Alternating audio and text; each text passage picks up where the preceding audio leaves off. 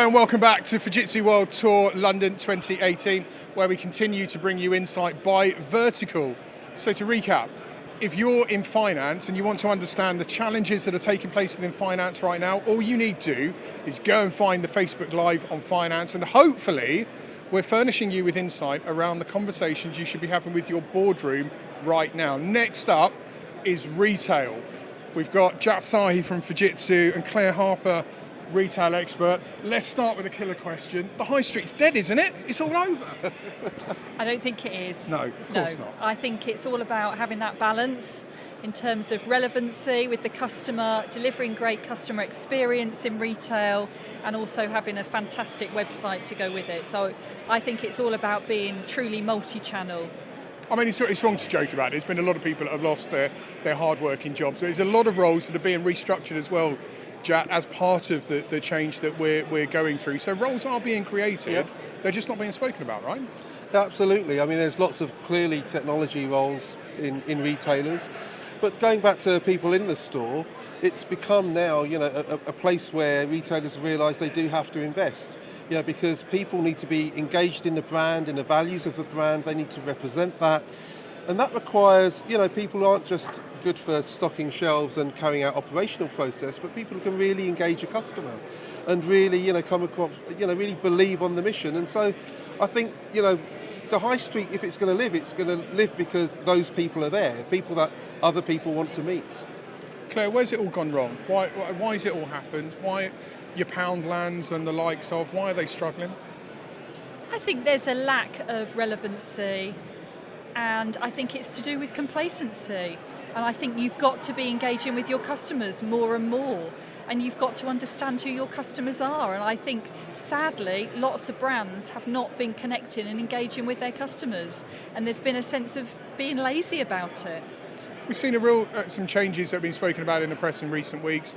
Brands partnering up, so the big retailers combining their buying power, and Aldi, Lidl, and Sainsbury's, Asda, another one we've seen. Are we going to see more of this? And are we going to see more collaborations like Argos, Sainsbury's in-store, differing reasons to visit? I think we are going to see more of these strategic partnerships, and I think that's going to benefit the customer because it's about offering a fantastic experience across these brands and bringing that together. What about theatre? I know we've regularly spoken about this, but bricks and mortar isn't dead. But there's still a reason for us to visit store. But are retailers doing enough to surprise and delight their customers? Jack, what do you think? I think some are. You're seeing even people like Lidl with that middle aisle, new stuff to show people that, there's a reason to come in this week. We've all known for a long time the human brain's very good at filtering things out once it thinks it knows something. And so that idea of surprise and delight isn't just something for a specialist retailer, it's every retailer has to be like that. And if you think about sort of my parents' generation, they probably went on holiday to the same place every year. My generation want new experiences all the time, right? And that shows you, people want to try something different, something new, and you need to be right on pace with that. And that's only ever going to get faster. So we need to start preparing ourselves now to have that sort of flexibility. Who's getting it right?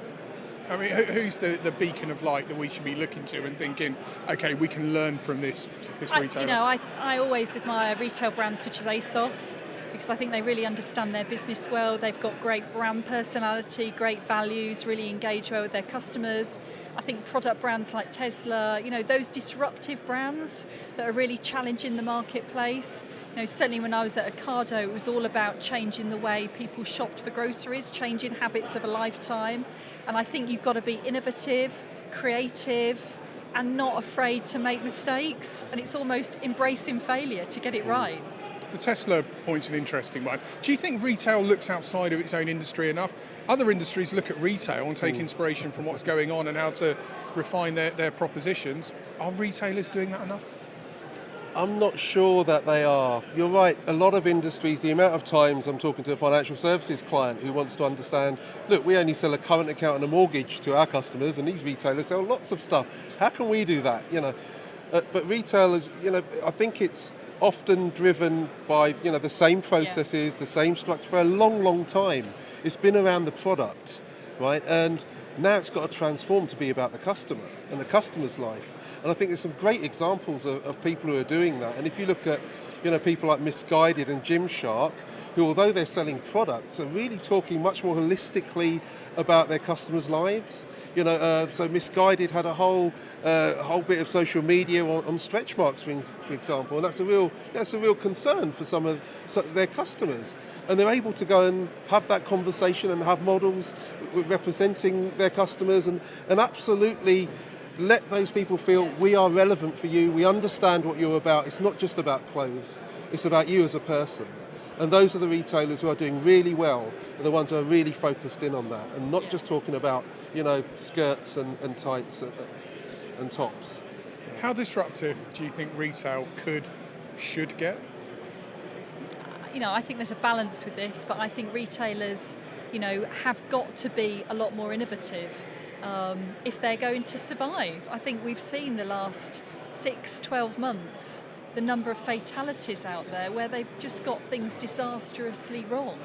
So I think it is about making sure there's that theatre, that engagement with customers, what the brand stands for, the personality, the creativity, the innovation. Customers are demanding. They're demanding now more than they've ever been. So we've got to make sure that we are surprising and delighting at all times. Do you think the boardroom is looking at the customer journey enough and the customer experience enough and understanding their customers, or should they be doing more? I think they need to be doing more.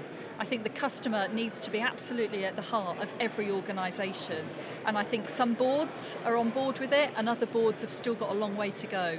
I think it really comes from the culture of the board and how focused they are on the customer, but I absolutely believe there's still a long way to go to making sure that the customer's at the heart of your offer.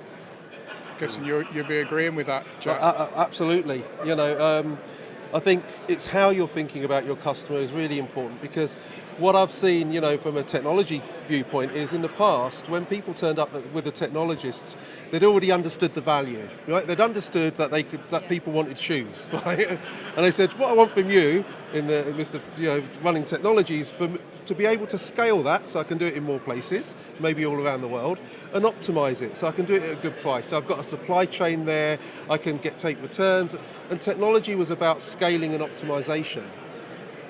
Now what's happened is we have to find new sources of value in our customers, right? Yeah. And a lot of that, but that old method of working hasn't changed. So what I've seen happen in a lot of retailers is the business is kind of faced with this challenge of finding this new value. They'll go away and think really deeply about it and get some data, not from agencies and places. And what I say is they create the shiny red apple, right? Yeah. The store that no customer could ever say no to, the offer that no customer could ever say no to. Yeah. And then they turn up to the tech team and say, can we have this please, right? And there's no shiny red apple in reality is ever as shiny as the one in your head, right? Yeah. And it's a bet, it's a massive bet.